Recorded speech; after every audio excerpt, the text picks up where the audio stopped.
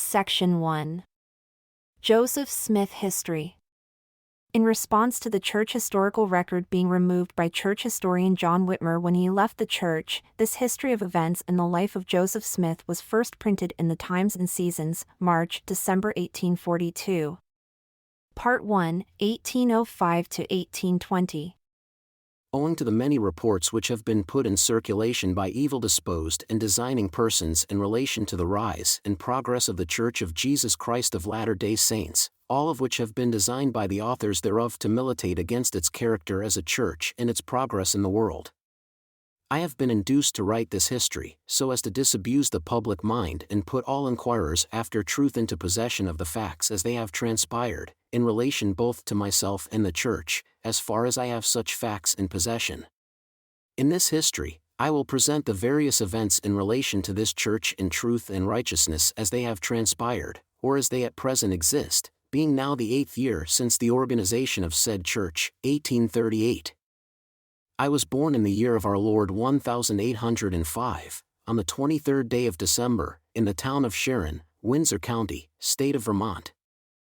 When I was 5 years old, or thereabouts, I was attacked with the typhus fever, and at one time during my sickness, my father despaired of my life. The doctors broke the fever, after which it settled under my shoulder, and Dr. Parker called it a sprained shoulder and anointed it with bone ointment, and freely applied the hot shovel when it proved to be a swelling under the arm, which was opened and discharged freely, after which the disease removed and descended into my left leg and ankle, and terminated in a fever sore of the worst kind. And I endured the most acute suffering for a long time under the care of Doctors Smith, Stone, and Perkins of Hanover. At one time, 11 doctors came from Dartmouth Medical College at Hanover, New Hampshire, for the purpose of amputation.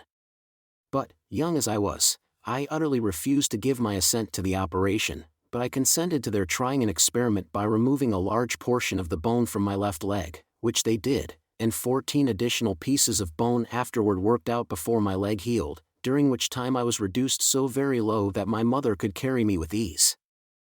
And after I began to get about, I went on crutches till I started for the state of New York, where my father had gone for the purpose of preparing a place for the removal of his family, which he effected by sending a man after us by the name of Caleb Howard, who, after he had started on the journey with my mother and family, spent the money he had received of my father, in drinking, gambling, etc.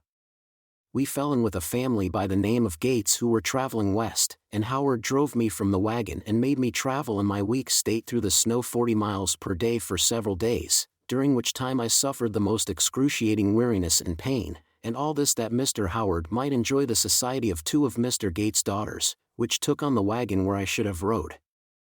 And thus he continued to do day after day through the journey, and when my brothers remonstrated with Mr. Howard for his treatment to me, he would knock them down with the butt of his whip. When we arrived at Utica, New York, Howard threw the goods out of the wagon into the street and attempted to run away with the horses and wagon, but my mother seized the horses by the rein, and calling witnesses, forbid his taking them away as they were her property. On our way from Utica, I was left to ride on the last sleigh in the company. The Gates family were in sleighs.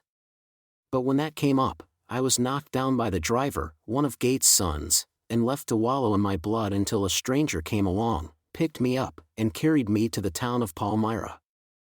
Howard having spent all our funds, my mother was compelled to pay our landlord's bills from Utica to Palmyra in bits of cloth, clothing, etc., the last payment being made with the drops taken from Sister Sophronia's ears for that purpose.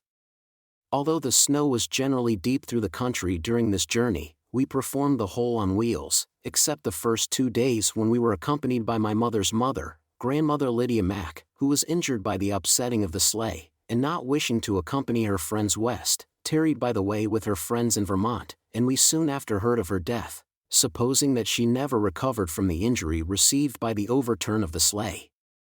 My father, Joseph Smith Sr., left the state of Vermont and moved to Palmyra, Ontario, now Wayne County, in the state of New York, when I was in my 10th year or thereabouts. In about 4 years after my father's arrival at Palmyra, he moved with his family into Manchester in the same county of Ontario, his family consisting of 11 souls, namely, my father Joseph Smith, my mother Lucy Smith, whose name previous to her marriage was Mack, daughter of Solomon Mack, My brothers Alvin, who died November 19, 1823 in the 25th year of his age, Hiram, myself, Samuel Harrison, William, Don Carlos, and my sisters Sophronia, Catherine, and Lucy.